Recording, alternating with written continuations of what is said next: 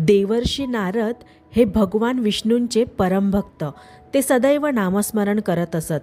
एकदा त्यांच्या मनात आले की मी सदैव देवाचे नामस्मरण करतो, त्या अर्थी सर्वश्रेष्ठ भक्त मीच असणार. पण ही गोष्ट देवापासून कशी लपणार? एकदा देवानेच नारदांना विचारले, माझा सर्वश्रेष्ठ भक्त कोण? नारद म्हणाले, मीच. देवाने सांगितले की नाही, पृथ्वीवरच्या एका छोट्या गावात एक शेतकरी आहे, तो तुझ्यापेक्षा श्रेष्ठ भक्त आहे. नारदाला आश्चर्य वाटले.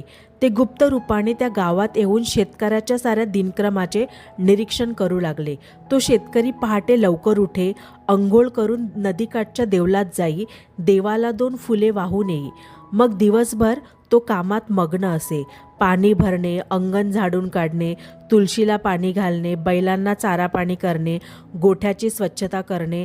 मग बायकोने केलेली भाकरी बांधून घेऊन शेतात जाई व दिवसभर कष्ट करी.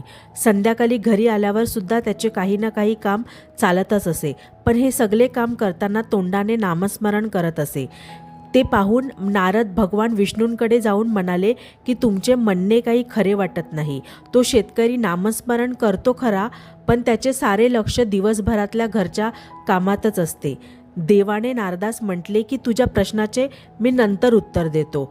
आधी एक काम कर, ही तेलाने काठोकाठ भरलेली वाटी भगवान शंकरांकडे नेऊन दे. पण लक्ष दे, थेंबरसुद्धा तेल सांडता कामा नये. ते काम काही नारद ऋषींना अवघड वाटले नाही. ते तेलाची वाटी शंकराकडे पोचून आले. आल्यावर देवाला सांगितले की एक थेंबसुद्धा सांडलेला नाही. देवाने विचारले, पण जाता येता माझे नामस्मरण केले की नाही? नारद म्हणाले, हे कसे शक्य आहे? माझे सगळे लक्ष त्या तेलाकडे होते. थोडे जरी दुर्लक्ष झाले असते तर सांडले असते ना तेल. देवाने विचारले, मग आता तूच सांग, रात्रंदिवस घरातली सगळी कामे करत राहूनही तो माझे नामस्मरण चुकवत नाही. तू मात्र छोटेसे काम करताना मला विसरलास. मग श्रेष्ठ भक्त कोण? यातून हेच तात्पर्य मिळते की देव कधीही कामधंदा सोडून आपली भक्ती करायला सांगत नाही. कर्म करत राहून फक्त नामस्मरणातून परमार्थ साधता येतो. जर तुम्हाला हा व्हिडिओ आवडला असेल तर या व्हिडिओला लाईक करा आणि असेच नवीन नवीन व्हिडिओ पाहण्यासाठी या आपली मराठी या चॅनलला नक्कीच सबस्क्राईब करा.